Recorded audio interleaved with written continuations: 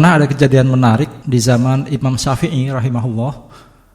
Ada seorang laki-laki datang kepada beliau, kepada sang imam ini, kemudian curhat, mengeluhkan kondisi ekonominya yang susah ya, mengalami kesulitan begitu ya. Ia juga menceritakan bahwa ia sudah bekerja sebagai buruh dengan upah 5 dirham.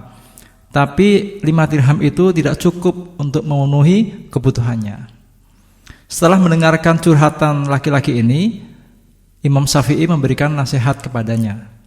Imam Syafi'i mengatakan bahwa agar laki-laki ini bilang atau ngomong kepada majikannya dan meminta agar menurunkan gajinya menjadi 4 dirham. Ini luar biasa ya. Laki-laki itu pun karena percaya, yakin dengan keutamaan Imam Syafi'i ini, maka laki-laki itu pun mengikuti saran beliau. Sehingga ia mendatangi majikannya dan minta agar upahnya diturunkan menjadi 4 dirham. Enggak lama kemudian, laki-laki ini datang lagi kepada sang imam, mengeluhkan hal yang sama, bahwa ekonominya masih belum baik, kehidupannya masih susah dan seterusnya. Lalu Imam Syafi'i memberikan saran yang sama dengan yang dulu disampaikannya, agar orang ini mendatangi majikannya dan minta untuk dikurangi upahnya menjadi 3 dirham saja. Jadi dari 5 dirham menjadi 4 dirham, kemudian minta dikurangi lagi menjadi 3 dirham ya. Ini aneh ya, biasanya kan orang itu upah itu minta ditambah. Kalau ini saran dari Imam Syafi'i justru minta agar upahnya dikurangi. Laki-laki ini pun percaya dengan Imam Syafi'i dan menyampaikan hal tersebut kepada majikannya. Teman-teman sekalian, tahu nggak bahwa nggak lama setelah itu laki-laki ini datang lagi kepada Imam Syafi'i dan mengucapkan terima kasih atas nasihat dan saran yang pernah diberikan kepadanya. Ia menceritakan bahwa ternyata 3 dirham yang ia dapatkan dari majikannya itu dapat memenuhi semua kebutuhannya. Bahkan setelah itu hartanya menjadi melimpah. Kemudian laki-laki ini bertanya kepada sang imam, maksudnya apa saran dan nasihat yang pernah diberikannya selama ini? Lalu Imam Syafi'i menjelaskan bahwa mungkin saja sebenarnya kamu hanya layak diupah dengan 3 dirham. Sehingga ketika kamu mendapatkan 5 dirham, maka ada kelebihan 2 dirham yang telah mencabut keberkahan yang Allah berikan kepadamu.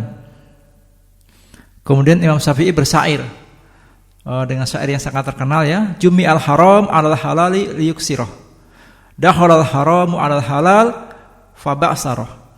Yang artinya harta yang haram dikumpulkan pada harta yang halal, tujuannya agar menjadi banyak. Ternyata maksudnya harta yang haram itu pada yang halal justru menghancurkannya. Ini luar biasa ya. Ini kisah ini sangat menginspirasi kita semua teman-teman sekalian ya. Di saat kita ini selalu minta tambahan atas kerjaan-kerjaan kita. Kisah ini juga memberikan pelajaran pada kita bahwa harta yang melimpah yang kita dapatkan, yang kita peroleh, ketika tidak sesuai dengan apa yang kita lakukan, baik jasa kita maupun pelayanan kita yang kita berikan kepada seseorang, justru tidak membawa keberkahan, bahkan akan merusak kehidupan kita. Sementara harta yang sedikit yang kita peroleh, tapi sesuai dengan apa yang seharusnya kita terima, justru ada keberkahan di situ dan menjadikan harta tersebut melimpah. Sehingga apa? Jangan kita terlalu berharap penghasilan yang besar bila pekerjaan kita hanya sederhana. Dan kita juga nggak boleh berbangga ketika mendapatkan gaji yang besar, penghasilan yang besar, sementara etos kerja kita sangat lemah dan tidak seimbang dengan penghasilan yang kita terima tadi itu. Karena bila penghasilan yang kita terima tidak seimbang dengan kerjaan kita, dengan tanggung jawab kita, dengan beban kita, artinya kita sudah menerima sesuatu, dalam hal ini harta ya, kita sudah menerima harta yang bukan hak kita. Dan itu semua akan menjadi penghalang keberkahan atas harta yang kita miliki. Dan ini akan mengakibatkan hisab yang berat nanti di hadapan Allah Subhanahu wa taala. Tapi jika penghasilan kita yang kita terima ternyata lebih kecil dari beban kita, dari kerjaan kita, dari tanggung jawab kita, maka sesungguhnya kita telah bersedekah dari selisih ya.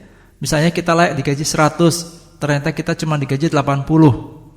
Kita sudah survei kemana-mana, sudah konsultasi, sebenarnya kita ini layak digaji 100, tapi kita cuma mendapatkan 80. Maka sesungguhnya kita telah bersedekah. Dari mana? Dari selisih yang semestinya pantas kita terima. Jadi kalau tadi misalnya 100, kalau kita dapat 80, maka kita telah bersedekah sebesar 20. Dengan catatan, kita ikhlas dan selalu bersyukur atas apa yang kita terima.